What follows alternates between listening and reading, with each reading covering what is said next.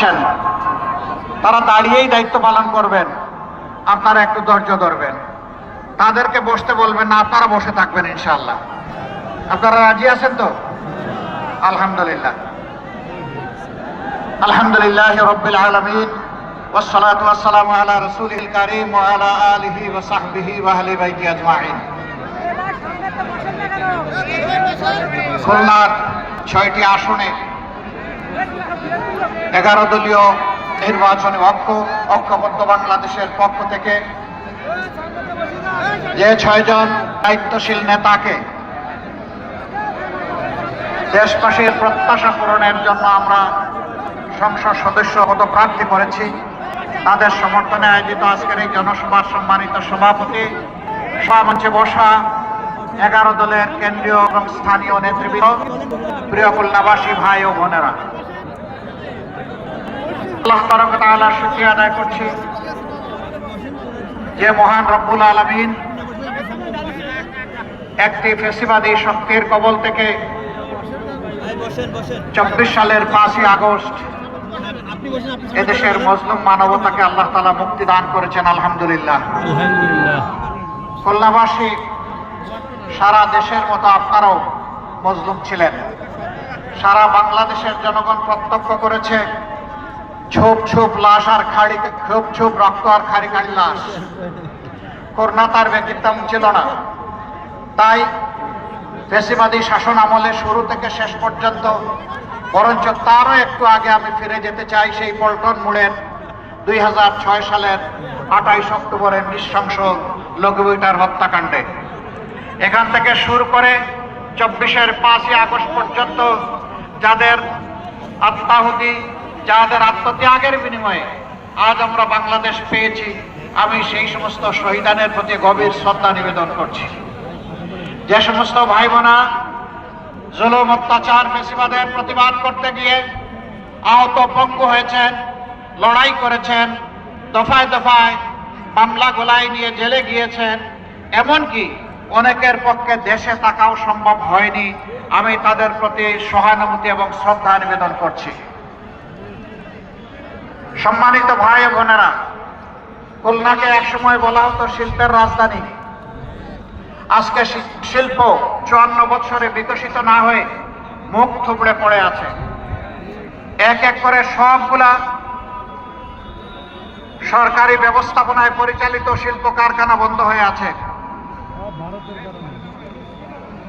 দুনিয়ার দেশগুলো শিল্পের দিকে এগিয়ে যাচ্ছে, আর আমরা শিল্পকে একটা একটা করে খুন করছি। আপনাদের স্মরণ থাকার কথা, 2001 থেকে 2006 4 দলীয় জোটের একটা সরকার ছিল। আমাদের সেই সময়ের সম্মানিত আমির শহীদ মৌলানা মতিউর রহমান নিজামী, তিনি এক সময় এসে 15 বছরের মাথায় শিল্পমন্ত্রীর দায়িত্ব পেয়েছিলেন। দায়িত্ব হাতে নিয়ে বলেছিলেন, আল্লাহ আমাকে তৌফিক দিলে আমার মেয়াদকালে নতুন করে আর একটি শিল্প কারখানায় তালা ঝুলাতে আমি দেব না। তিনি বলেছিলেন, আমি আমার যেটুকু যোগ্যতা আছে সবটুকু উজাড় করে বন্ধ তালাবদ্ধ কারখানাগুলো আমি খুলে দেওয়ার চেষ্টা করব। এবং বাংলাদেশে তিনি তাই শুরু করেছিলেন। তার রেখে যাওয়া অসমাপ্ত কাজ এখন বাংলাদেশ জামাতে ইসলামী সহ 11 দল সম্পন্ন করতে চায়। এই শিল্প কারখানাগুলো বন্ধ হওয়ার কারণে লক্ষ লক্ষ শ্রমিক বেকার হয়ে পড়েছেন। এখানে একজন মানুষ বেকার হয়নি, একজন মানুষ বেকার হওয়ার সাথে সাথে একটা পরিবার বিপদের মুখে পড়ে গিয়েছে। আমরা ইনশাআল্লাহ জনগণের ভালোবাসায়, সমর্থনে, ভোটে, রায়ে, আল্লাহ তাআলার ইচ্ছায় যদি এদেশের সেবা করার সুযোগ পাই, আমরা কথা দিচ্ছি বন্ধ নয়, বন্ধগুলা খুলবো, নতুন করে ইন্ডাস্ট্রি স্থাপন করা হবে এবং আমাদের সন্তানদের হাতে কাজ তুলে দেওয়া হবে। ছেলেরা কাজ করবে, মেয়েরা কাজ করবে, স্বস্তির সাথে, নিরাপত্তার সাথে কাজ করবে ইনশাআল্লাহ। আমরা কর্মক্ষেত্রে মামা খালুর কোনো হিসাব নিকাশ নেব না। ওই টেলিফোন আমাদের কাছে অচল, আমরা ইনসাফের ভিত্তিতে যার পাওনা তার হাতে তুলে দেব। এমনকি আমরা এটাও দেখব না একজন উপযুক্ত নাগরিক তিনি কোন ধর্মে বিশ্বাসী, এইটাও আমরা দেখব না। আমরা দেখব এই কাজের জন্য তিনি উপযুক্ত ব্যক্তিটি কিনা। তিনি যদি উপযুক্ত ব্যক্তি হন তাকে তার যথাস্থানে সম্মানের জায়গায় বসিয়ে দেওয়া হবে। সম্মানিত ভাই বোনেরা, 15.5 বছর শুধু আমরা নির্যাতিত হইনি, আরো অনেকেই নির্যাতিত হয়েছেন। তবে এটা সঠিক, আমরা যেভাবে নির্যাতিত হয়েছে সেইভাবে অন্য কেউ নির্যাতিত হননি। কারো অফিস সবগুলো বন্ধ ছিল না পুরোটা সময় জুড়ে। কারো নির্বাচন কমিশনের নিবন্ধন অন্যায়ভাবে বাতিল করা হয়নি। কারো দলীয় প্রতীক কেড়ে নেওয়া হয়নি। কারো নেতাদের ঘর বাড়ি বুলডোজার দিয়ে ভেঙে ফেলা হয়নি। এবং শেষ পর্যন্ত দিশাহারা হয়ে কারো সংগঠনকে নিষিদ্ধ ঘোষণা করা হয়নি। এই সবগুলো ছিল জামাতে ইসলামের উপর চরম জুলুম। সেই সময় আপনারা আমাদেরকে আশ্রয় দিয়েছেন দেশবাসী, আপনারা আমাদেরকে ভালোবাসা উপহার দিয়েছেন, আপনারা সাহায্যের হাত বাড়িয়ে দিয়েছেন। মায়েরা আমাদের জন্য খাবার সংগ্রহ করেছেন, ভাইয়েরা আমাদের নিরাপত্তার ব্যবস্থা করেছেন। সেই দিন আমাদেরকে আশ্রয় দেওয়ার মানে ছিল নির্ঘাত। আপনার সম্পদ, আপনার জীবন এবং আপনার ইজ্জতের পর আপনি আক্রমণকে আহ্বান করে নিচ্ছেন। সরকারের কুপানলে পড়বেন, আপনারা তা পরোয়া করেননি।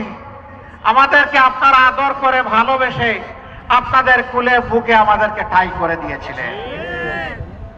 আমরা আপনাদের কাছে বড়ই ঋণী। এ ঋণ পরিশোধ করার কোন শক্তি আমাদের নেই। মহান আল্লাহ তাআলার দরবারে দোয়া করি, যেভাবে আপনারা আমাদের জন্য নিরাপদ আশ্রয় করে দিয়েছিলেন, আল্লাহ যেন এই দুনিয়া এবং আখিরাতে আপনাদের জন্য সেই নিরাপদ ঠিকানা ঠিক করে দেন। আজ বলতে পারেন আমি এখানে দাঁড়িয়েছি বাংলাদেশ জামাতে ইসলামের পক্ষে কথা বলতে নয়। সেই 15.5 বছর মায়ের বুক থেকে যে সন্তানকে কেড়ে নেওয়া হয়েছে, আমি ওই মায়ের পক্ষে আজকে কথা বলতে দাঁড়িয়েছি। যে বাবার বুক থেকে তার সন্তানকে তুলে নেওয়া হয়েছে, আমি সেই বাবার পক্ষে কথা বলতে দাঁড়িয়েছি। যে বোনটির বুক থেকে তার স্বামীকে উধাও করা হয়েছে, আমার সেই বোনটি, আমার মুসলিম বোনটির পক্ষে আমি এখানে দাঁড়িয়েছি। যে 25 সন্তানগুলোকে এতিম করা হয়েছে, আমি সেই এতিম অবস্থার পক্ষে এখানে দাঁড়িয়েছি। ঘুরে ঘুরে সারা বাংলায় তখন চেষ্টা করেছি সেই মুসলমানের খোঁজখবর নেওয়া। তাদের দুয়ারে গিয়ে হাজির হয়েছি জীবনের রিস্ক নিয়ে। আমি তাদের চোখের কোনায় তরল পদার্থ দেখেছি। সেই তরল পদার্থ চোখের সাধারণ পানি ছিল না। তাদের আপনজন প্রিয়জন হারানো যে মানুষগুলো দুনিয়া থেকে চলে গিয়েছে, তাদের রক্তের ফুটা আমি চোখের কোনায় দেখতে পেয়েছিলাম।